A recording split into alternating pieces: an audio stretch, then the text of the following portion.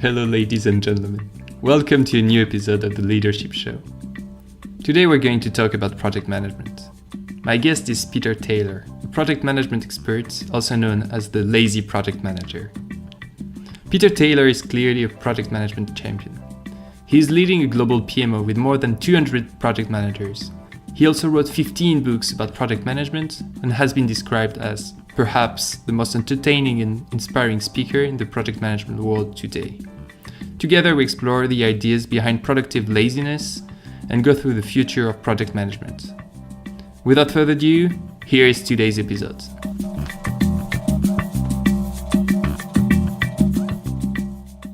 Hello, Peter. Hi there. Yeah, it's nice to have you here. It's a pleasure. So you're known as Peter Taylor, or as well as the lazy project manager. Can you tell us a bit more about that? Yeah, certainly. Well, the interesting story about it was it came about because I was working for someone and they called me lazy one day, but it turned out it was a compliment. I wasn't quite sure when they first said it, but it was just a way of the way I've evolved about working in project management. And so I kind of put two things together, and from that was born the lazy project manager.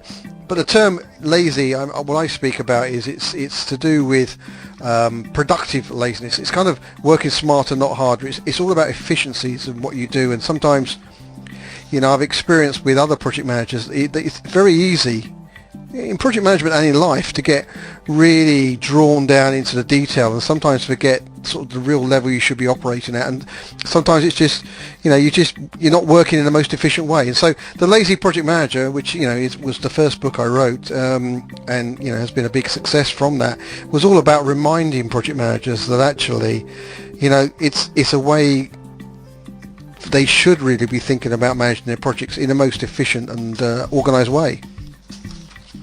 So project management is actually more about working smartly and doing the right thing than working hard? Well, they're two. I'm not saying project managers don't work hard. I just think projects are so demanding in what they ask of the project manager. And really then, it's easy to get dragged down too much into the detail. And so the lazy project manager, the best description I've had of the book has been that someone said it was a way of managing yourself whilst you are managing projects. So it's just a reminder of, the most effective way of doing certain things is as follows. So, that's where it came from. It's a matter of just reminding project managers stuff they probably already know, stuff that they were taught in the early days, but it's a reminder. And what are the main mistakes people do when they're actually not being lazy? I think the number one is, I'd say it's communication. And I made this mistake. Everything in the book is based on mistakes I personally made, and, I'm trying to help people avoid making the same mistake. So every chapter has a kind of a case study. The case study is me, where I got it wrong, but learned something very important. And one of the big things that I got wrong in the early days of managing projects was not really trusting my team and communicating in a bad way. I insisted in the early days of my first few projects I ran, I had to be involved in every piece of conversation. I had to be involved in every decision. I had to kind of be part of every meeting. And what does that do? Well, one, it makes me work ridiculous hours. It certainly did then. But secondly, it actually doesn't speed things up. It slows things down because, I was the bottleneck. I was the blockage to getting things discussed and decisions made and moving forward. So being lazy is actually also avoiding being a micromanager as well. Yeah, absolutely. I think that's one of the, if you don't have the trust and you don't delegate correctly, then, the net result is you end up being a micro project manager. And that's not good for anybody. It's certainly not good for the project manager, and it's not good for the team either. Yeah. And so the lazy project manager, I guess, is your current surname, like your current AKA. Yeah. You're kind of moving toward the next step, which is being called the social project manager. Yeah, this is through a journey. So yeah, the Lazy Project Manager was book number 1, and the Social Project Manager is book number 15. So there's been some steps, but no, Social Project Manager, I mean, the two are aligned. I think you can be a Lazy Project Manager, and you can being a Social Project Manager definitely helps to become a Lazy Project Manager. But I was just drawn. I'm ahead of a global PMO for a $1 billion software company at the moment. Yeah, we're running. We have 200 project managers around the world looking after about 5,000 projects, and on an annual basis. So when you think about that, we need to be as efficient as possible. And also, as part of that role, I've gone out into the marketplace and I've looked at some of the technology that's out there for project managers, various tools, and I'm not going to recommend any particular one, but there's a huge range of tools and a lot of niche players coming in. And one of the really interesting things I saw was the kind of, if you like, the extension of the social media, social tools into the workplace, which I find very interesting. But then on top of that,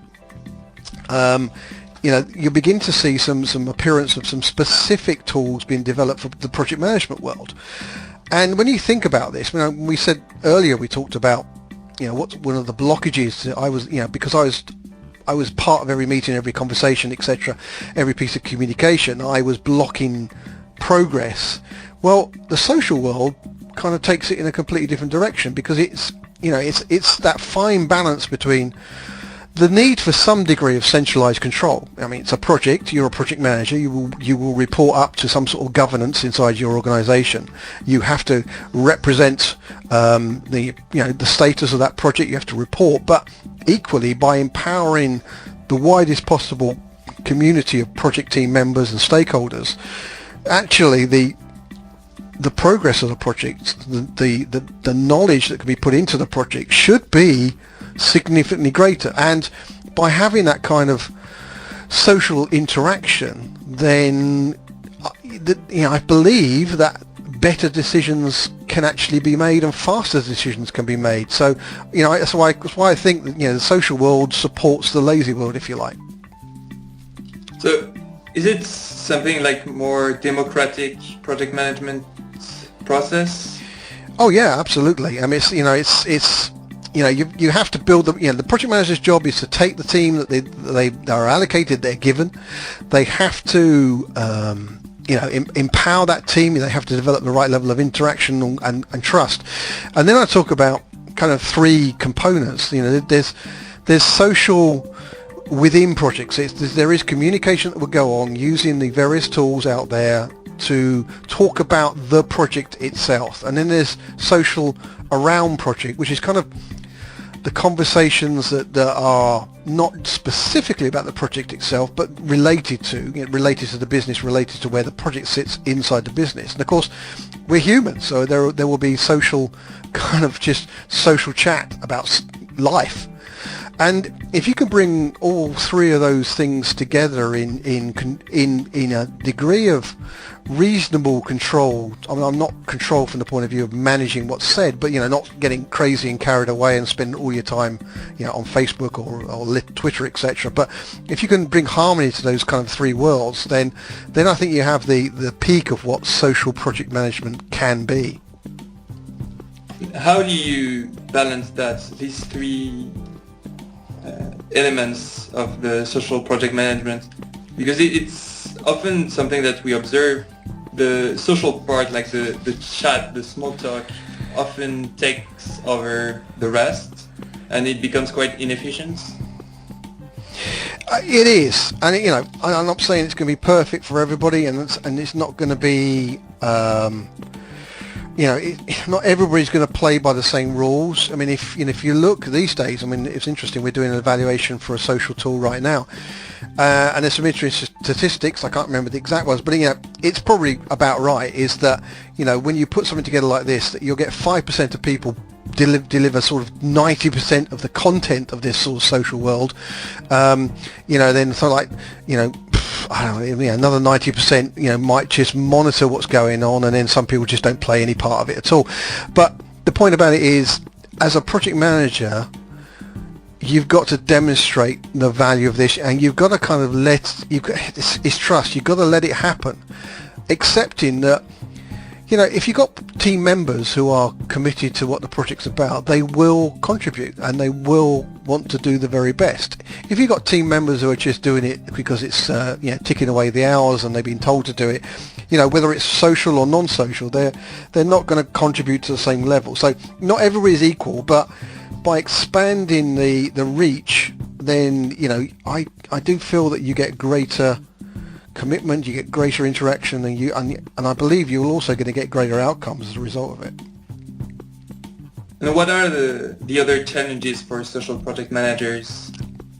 Well, it's interesting. So in the book, there's a couple of little case studies where what I hear back from project managers, sometimes is the fact, I have to do the project. They want me to do it in a normal way. I have to produce weekly reports. I have to present to the steering committee meeting. And now I'm being told I have to blog about the project. Now I'm being told I have to tweet about the project. Now I'm being told that there's there's a Facebook page for the project. This is all layer upon layer upon layer. So I think one of the challenges to the social world is finding the right tools to work in the right way. I mean, effective communication is right information at the right time, delivered in the right way to the right person. So if you just build layer upon layer upon layer, you're replicating communication. You're probably reducing the quality of that communication. So that's one of the things I find is that organizations declare themselves social, but actually they don't do it in a very intelligent way. They just layering stuff on top. So I think that's one of the negatives, if you like. The other negative is really where we are as a market, in the marketplace with regards to technology. There's a lot out there, but it hasn't necessarily connected all of the components that a project manager needs, or a business needs to manage a large portfolio. So there's a lot of niche players. My feel is that over the coming 3-4 years there will be a lot of consolidation in this marketplace, and we will begin to see more coherent and connected tools operating at a more enterprise level, if you like. So this is one of the future trends for project management? I believe so, yeah. So you mentioned the 4 phases of project management. We're in the 4th one at the moment. Is there any 5th one coming up, or how is the 4th going to? Well, I think the 4th one is all about complexity and criticality, and it's interesting. One of the presentations I do is real project management. It's the journey that project managers have gone through. And I come from a generation of the accidental project manager. I have no idea what I was doing. Didn't realise I was managing a project to begin with, and then we moved through a generation where it was a project world supported by organizations like PMI, APM, etc., supported by organizations investing in some training. But definitely, we're now in a generation where we see people absolutely entering the marketplace because they want to be project managers. Their intention is to be a project manager, either as a project manager as a career, which of course is quite possible, or they see project management as a significant step on the career path. And this is fantastic, but what they're being faced with is a world of complexity and criticality. There is increased pressure on time. There is increased pressure that comes from an expansion of scope of projects. More people, more remote people, stakeholders, team members, etc. Projects reaching out around the globe. Working in multiple time zones, multiple languages, but still, the business needs these projects to deliver in a reasonably short period of time. So all these pressure points come together, and so that's why I describe we're currently in the 4th generation of complexity and criticality. And will there be a 5th? I guess so. We've reached 4 as far as I'm concerned. So what that 5th is, I'm not quite sure yet. And you mentioned training, because project management becomes a career. Like, people are project managers often for the entire career. How social project management impacts the way you train project manager or you educate them? Well, I think it replicates the real world, and and I've been around for way too long, really. But when I watch the way my teenage children learn these days, it is not through primarily sit in a classroom. It's not through reading books. I mean, I can't remember the last time I saw any of them actually picking a book up to read. Everything is online.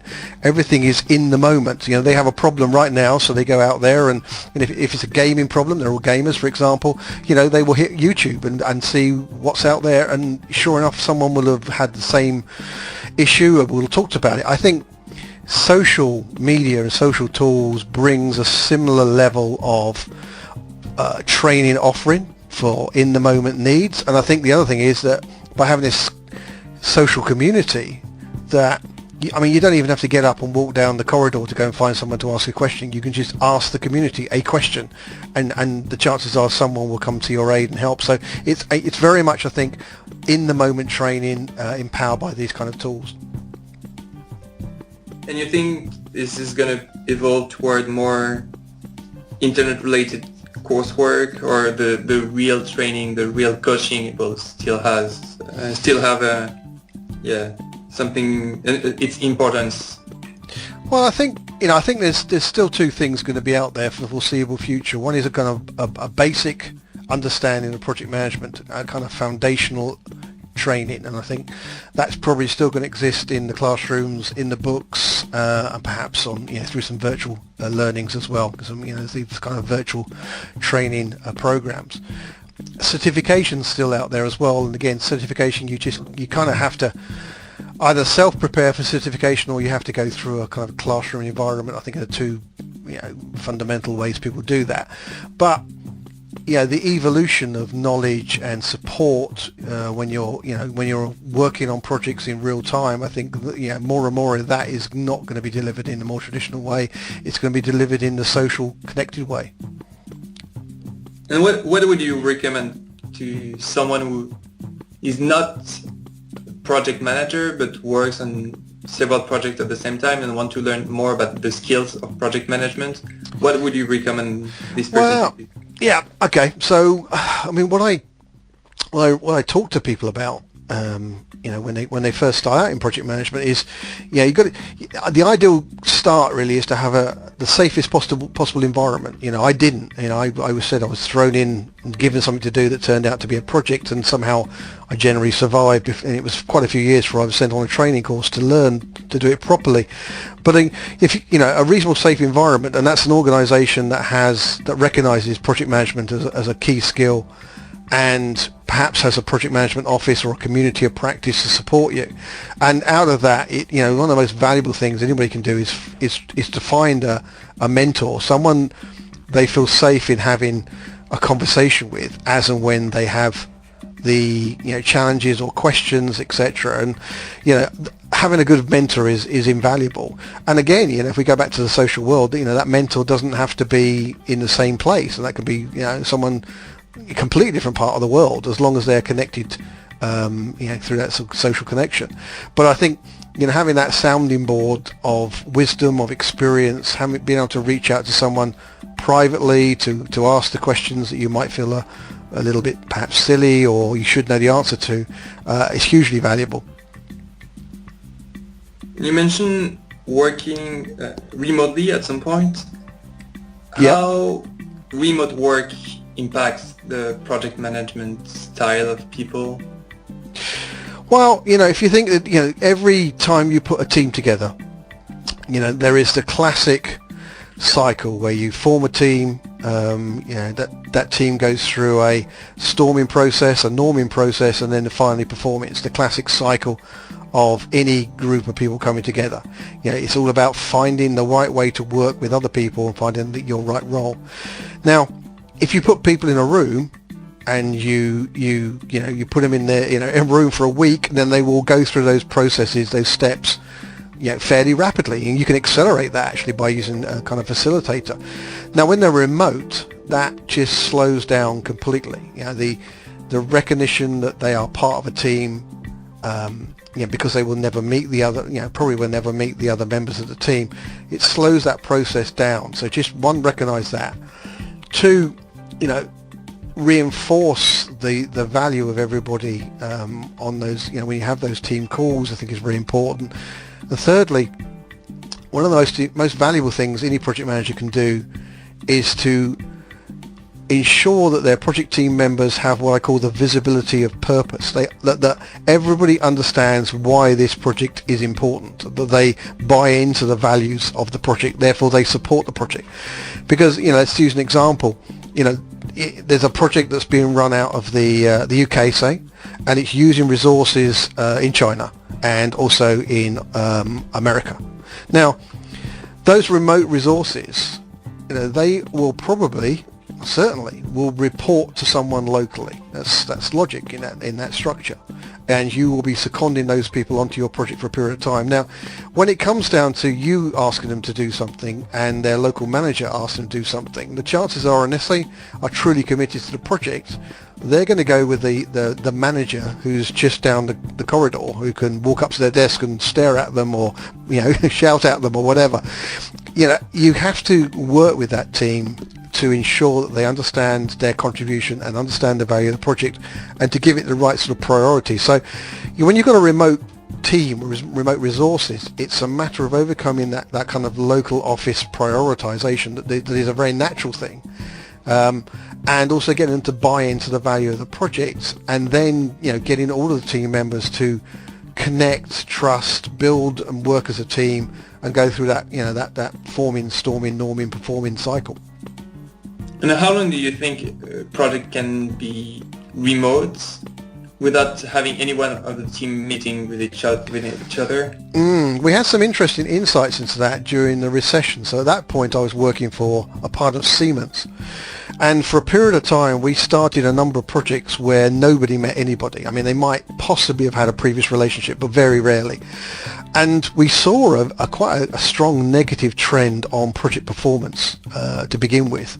And in fact, even though times were hard and money was very tight, we recognized that there was value in at least bringing the core team of the project, maybe 3-4 people together from the various regions and remote communities, in at least for one meeting, to have that valued connection of looking each other in the eye, understanding how people's characters were, building that degree of trust. And we saw, as a result of that investment, an improvement. Now, the perfect world is you put everybody in a room and they all get to know each other and socialise, and off they go, best of friends and working partners. But the reality is that doesn't happen these days when you have such a wide remote community of team members.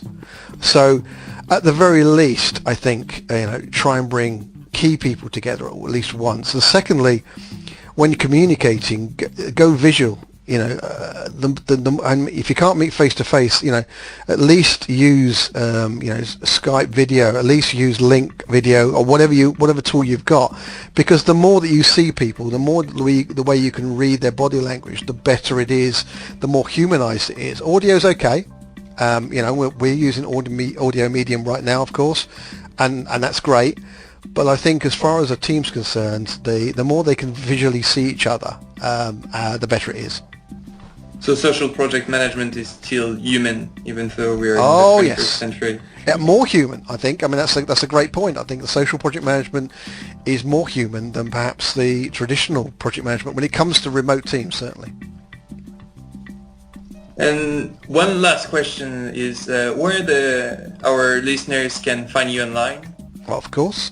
So, I started life as a lazy project manager, so that's where they can go. I have a website, which is www.thelazyprojectmanager.com. And you can find all my information on there, and I'm also very active on Twitter @thelazypm and on LinkedIn. So again, any of your listeners want to connect to me on LinkedIn, they can easily find me, Peter Taylor, the Lazy Project Manager. All right, Peter, Mr. Lazy Project Manager, thank you very much for being here with us. It was wonderful to hear everything you had to say about lazy project management and social project management. And once again, I encourage all of our listeners to put their hands on your last book, the 15th book you wrote, The Social Project Management. Thank you very much, Peter. Okay, my pleasure. Thank you. Bye-bye.